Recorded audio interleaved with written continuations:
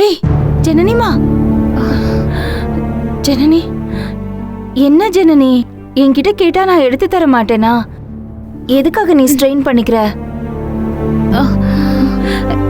இரு இரு ஜனனி, மெதுவா. இரு. மெல்ல மெல்ல.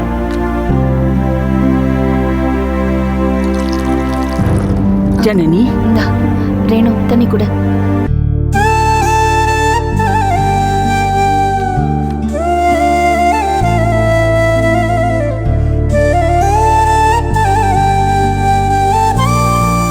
ஜனனி, எங்களை எழுப்பியிருக்கலாம்லம்மா, நீ எதுக்கு ஸ்ட்ரெயின் பண்ணிக்கிற? இப்ப எப்படி இருக்கு?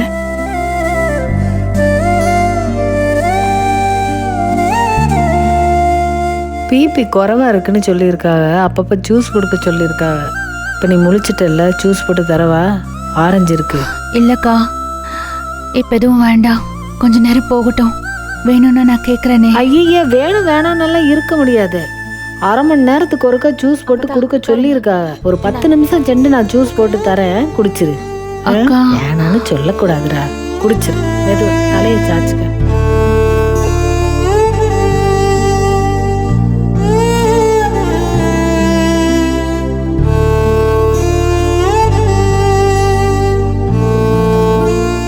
சாரிடா ஜனனி. அப்பத்தா, சந்தோஷம் வரும்போது கூடவே சில கஷ்டங்களும் வரும்னு சொன்னேன். நான் என்ன நினைச்சு சொன்னேன், ஆனா அது உனக்கு வந்து சேரும்னு நான் துளி கூட எதிர்பார்க்கல.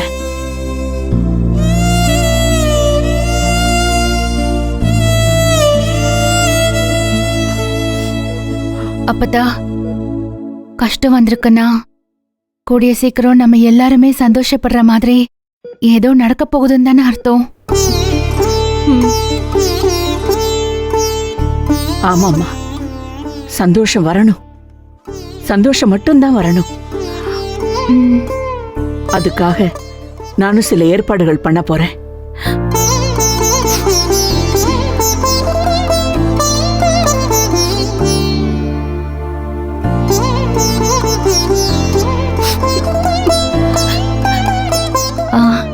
அக்கா, உங்க பேச்சு சூப்பரா இருந்துச்சுக்கா.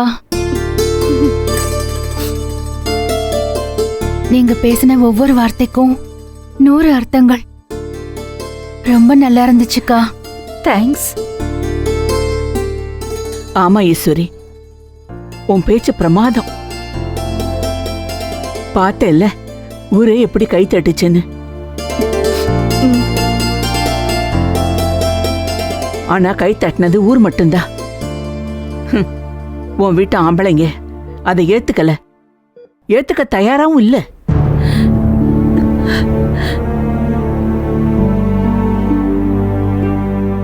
நீ பேசினப்போ அந்த குணசேகர மனசுல ஒண்ணு அத்தனை எண்ணமும் அவன் முகத்துல அப்பட்டமா தெரிஞ்சுது. நீ பேசி முடிச்சதும் அவனுக்குள்ள இருந்த எரிச்சல், கோபம் இதெல்லாம் அவனால அந்த கூட்டத்துல வெளிப்படுத்த முடியல. அதான் பேசாம போயிட்டான். அடக்கி வச்சிருக்கிற அத்தனை கோபத்தையும் நீ வீட்டுக்கு போனதும் உன் மேல விஷமா கக்குவான்.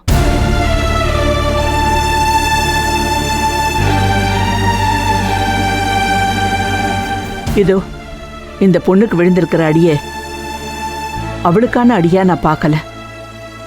இன்னி நீ எழுந்திருப்பியா, துணிச்சலா பேசுவியான்னு ஒட்டுமொத்த பெண்களையும் பயமுறுத்த கொடுத்த அடியா நான் பார்க்கறேன். இதுல பின்வாங்கிட்டா அவங்க ஜெயிச்சிருவாங்க. நாம இத்தனை நாளா கடந்து வந்த விஷயங்கள், செஞ்ச முயற்சிகள் அத்தனையும் வீணா போயிடும்.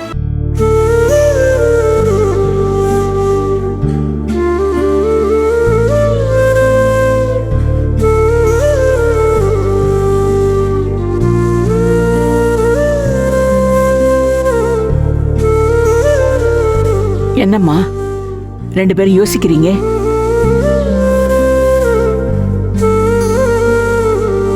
தனியா வந்ததுல தைரியமா இருந்துட்டோம். இப்ப திரும்பவும் அந்த வீட்டுக்குள்ள போய் என்ன செய்ய முடியும்?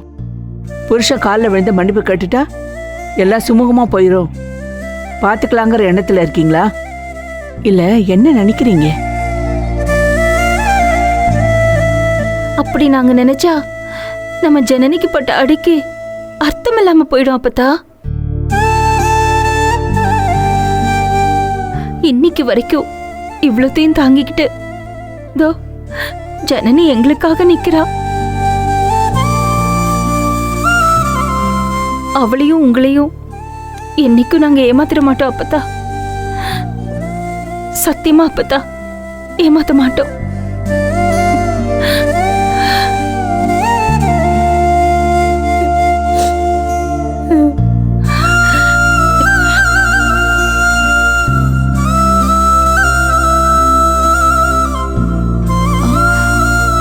அக்கா, நந்தினி அக்கா எங்க? உனக்கு அடிப்பட்ட உடனே அதை பார்த்த உடனே அவளுக்கு கிருகிருன்னு வந்துருச்சு. அங்கே உட்கார வச்சுட்டு உன்னை அழைச்சிக்க இங்கே ஓடியாந்தோம். தர்சினிக்கு ஃபோன் அடிச்சு கேட்டோம். அவளுக்கு தேவலையா, சுரந்தா அடிக்குதான். மாத்திரையை போட்டு விட்டா நல்லதா இருக்கா. நாங்கள் இங்கே வெளியே நின்றுக்கு இருக்கையில ஃபோன் அடிச்சுக்கே இருந்தா.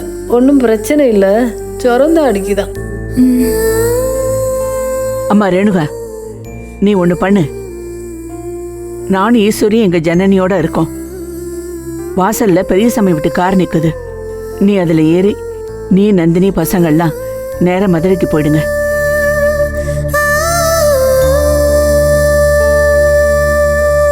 சக்தி கிட்ட பேசினேன். சக்தி இன்ஸ்பெக்டரை பார்த்து பேசிட்டு வரேன்னு சொல்லியிருக்கான்.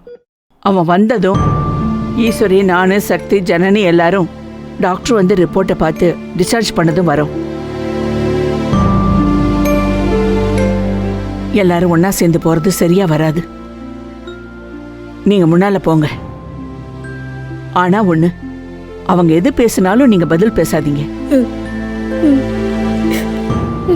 இது தற்செயலா நடந்திருந்தா அப்படியே விட்டுடலாம். ஒருவேளை நம்ம வீட்டு ஆம்பளைங்க பிளான் பண்ணி செஞ்சிருந்தா அது தோல்வியில முடிஞ்சிருக்கிற ஆதங்கம் அவங்க செயலியே தெரிய வரும். நீங்களா அவங்க கிட்ட எதையும் பேசிக்க வேண்டாம். வாயை புடுங்குவாங்க. ஜாக்கிரதையா இருக்கணும். நாங்க வந்தது பேசிக்கலாம். நீ கிளம்பு. சரி அப்பதான், அப்ப நான் கிளம்புறேன். ஜூஸ் எதுவும் போட்டு கொடுத்துட்டு போவா? இல்ல நீ கிளம்பு, நான் போட்டுக்கிறேன். நான் பாத்துக்கிறவள. அக்கா, எதுக்கு அழறீங்கக்கா? வர்றப்ப எவ்வளவு சந்தோஷமா வந்தோக்கா. எந்த பாதகத்தை கண்டுபிடிச்சோ தெரியலையே. இப்படி ஆளுக்கு ஒரு திசையா சுத்திட்டு போறவே. ஐயோ அழாத ரேணுகா. அப்பத்தா சொல்லுங்க அப்பத்தா. அக்கா ப்ளீஸ்க்கா. இது பாருனோ, எல்லாம் சரியாயிடும். அழாத. கூடாதுன்னு நினைச்சேன். பாத்துக்க ஜனனி, உனக்கு ஒண்ணும் இல்லை, சரியாயிரும். சரியா? நான் பிள்ளைகளை அழைச்சிட்டு போயிடுறேன். நீங்க நிம்மதியா பொறுமையா பாத்துட்டு வாங்க. போகவா? பாத்துக்கிறேனோ. இந்த போனை தந்துட்டு போகவா? வேணாம், அப்பதான் கையில போன் இருக்குல்ல, நீ வச்சுக்கோ. நான் உன்னை கூப்பிடுறேன். சரி, நான் போன் அடிக்கிறேன், எடுங்க. பாத்துக்க ஜனனி, போயிட்டு வரேன். சரி, அப்பதான் வரேன். அப்பதான்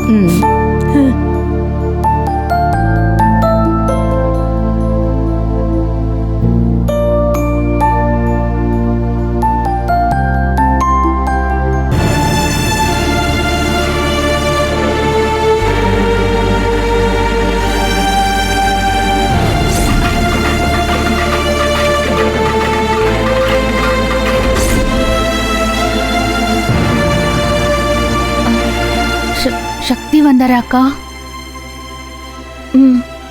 வந்தான் ஜனனி. காலையில வந்து உன்னை பத்தி விசாரிச்சான்.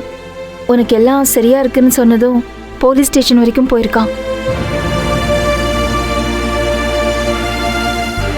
முகத்தை பார்க்கவே ரொம்ப கஷ்டமா இருந்துச்சு.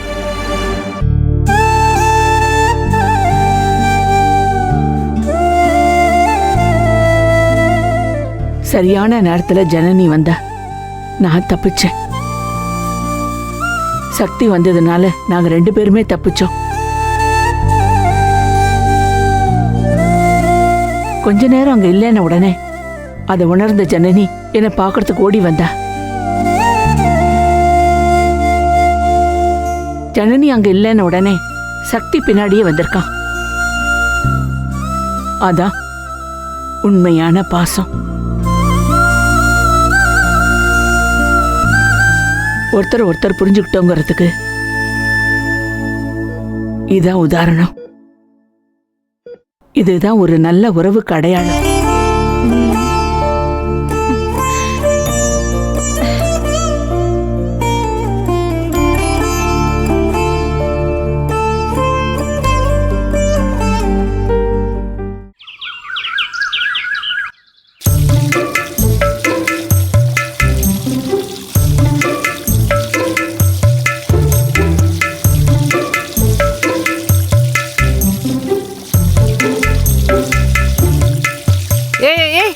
அந்த பைப்பை நல்லா கிட்ட புடிச்சு தண்ணி வேருக்கு பாய்ச்சுற மாதிரி விடுறி.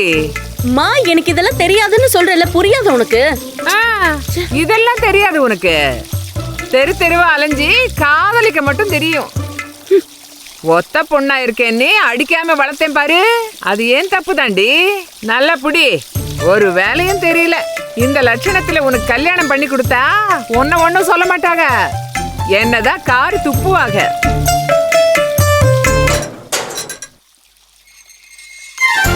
ஐயோ,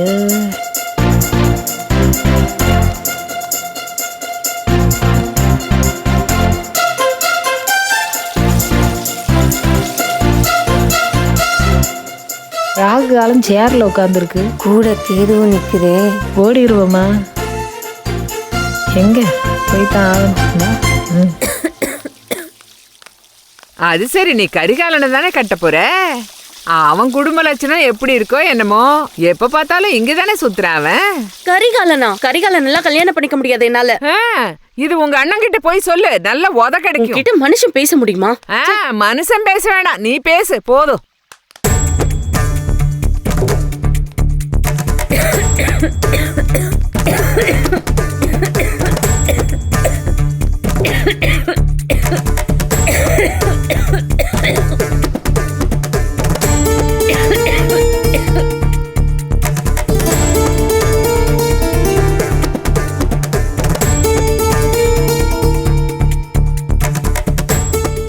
ஐஸ்வர்யா, சித்திக்கு கொஞ்சம் சுடுதண்ணி வச்சு கொண்டாப்பா.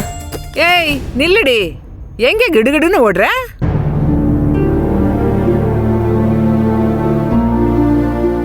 என்னாச்சு உங்க சுத்திக்கு? இல்லத்த, அதுக்கு காய்ச்சல், நேத்துல இருந்து மாத்திரை போட்டு படுத்துக்கிருக்கு, இரும வேற, உடம்புக்கே முடியல அதுக்கு, பாவம். ஆமாண்டி, அங்கே குதிச்சு குதிச்சு சிரிச்சிட்டு கிடந்தீங்க, இங்க வந்ததும் இழுத்துக்கிச்சாக்கும். இல்லத்த, நெசமாவே முடியாம போயிருச்சு.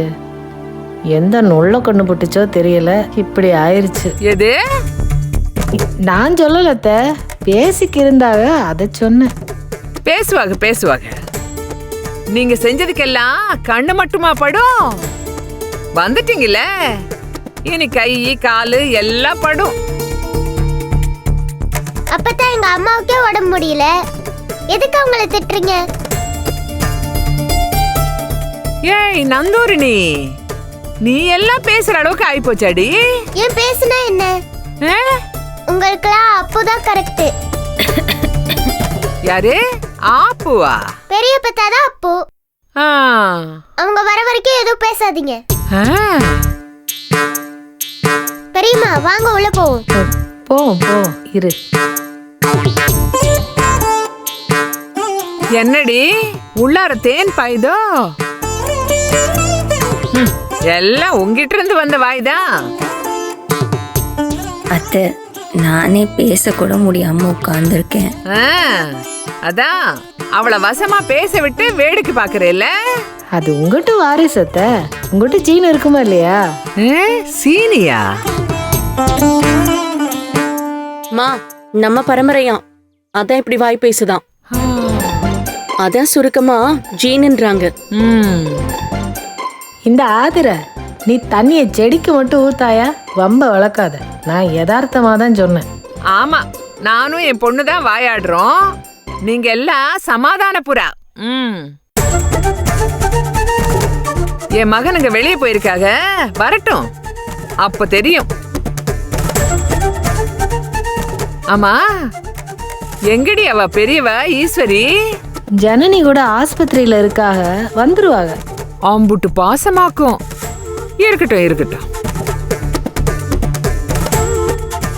எங்களுக்கு செஞ்சதுக்கெல்லாம் கடவுளா பார்த்து ஒவ்வொருத்தரையும் அடிக்கிறான். அடுத்தது யாருன்னு பாப்போம். ஊத்த அடிக்கிறீங்க, அடிங்க அடிங்க.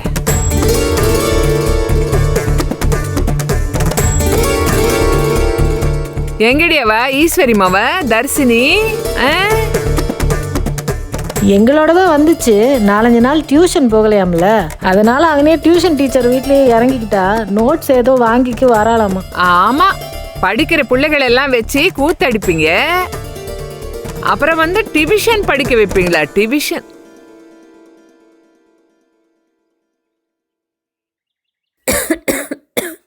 போதும் போதும். யாதுர, உங்க அண்ணனுக்கு போன போட்டு சொல்லு, 4 கூத்தாடியில 2 வந்து சேர்ந்துருச்சுன்னு. நான் உள்ளார போறேன். ஏய் நீ எங்க வர? உன்னை போன தானே போட சொன்னேன். போன் உள்ள தானே இருக்கு. சரி வா, வேண்டாமா? வந்து எடுத்துக்க.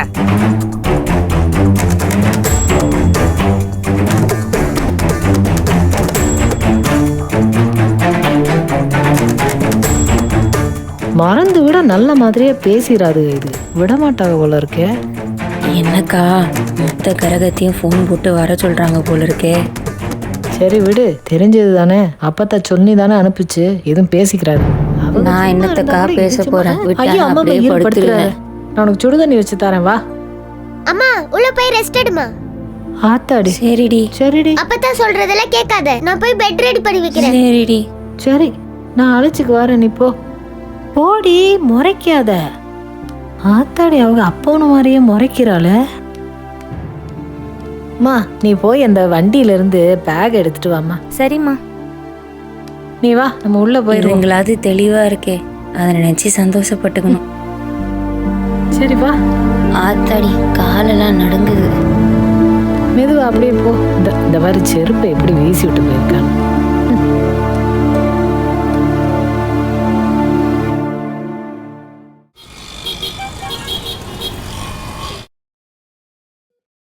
நல்ல வேளை, தலைக்கு வந்தது தலைப்பாகையோட போச்சும்பாங்க. ஆனா இதெல்லாம் யதார்த்தமா நடந்த மாதிரி தெரியல. அத எப்படி செய்யறதுன்னு தெரியாம தவறுதலா செஞ்சிருக்காங்க. அதுக்காக அப்படியே விட்டுற மாட்டாங்க. அடுத்த தடவை சரியா செய்யணும்னு நினைப்பாங்க. ஆமா அப்பதா, போலீஸ் கிட்ட எல்லாமே தெளிவா சொல்லிருக்கலாமே. போலீஸை பொறுத்த வரைக்கும் ரவுடிங்க குடிச்சிட்டு சண்டை போட்டாங்க, அதுல நாம போய் சிக்கிக்கிட்டோம் அப்படின்னு தான் நினைக்கிறாங்க. அப்போ அப்படியே விட்டுற முடியுமா? விட வேண்டாம். எனக்குன்னு சில கடமைகள் இருக்கு. இன்னும் கொஞ்ச நாள்ல அது முடிஞ்சிடும். அது வரைக்கும் நாம இதெல்லாம் சகிச்சுக்கணும். ஆனா அவங்களோட த்ரெட் எப்பவுமே இருக்கதானே செய்யும். இருக்கும். ஆனா சில பவர்ஸ் நம்ம கைக்கு வந்துட்டா அவங்களால நம்மளை ஈஸியா அட்டாக் பண்ண முடியாது. பாப்போம். அப்புறம் ஜனனி டாக்டர் ரிப்போர்ட்டை பார்த்துட்டாராம், டிஸ்சார்ஜ் பண்ணிடலான்னு சொல்லியிருக்காரு. வீட்டுக்கு போனதும் அவங்க நம்மளை வேற மாதிரி அப்ரோச் பண்ணுவாங்க. அதை பார்த்து மிரளாம அந்த சமயத்துல சரியானபடி காய் நகர்த்தணும். சரியா?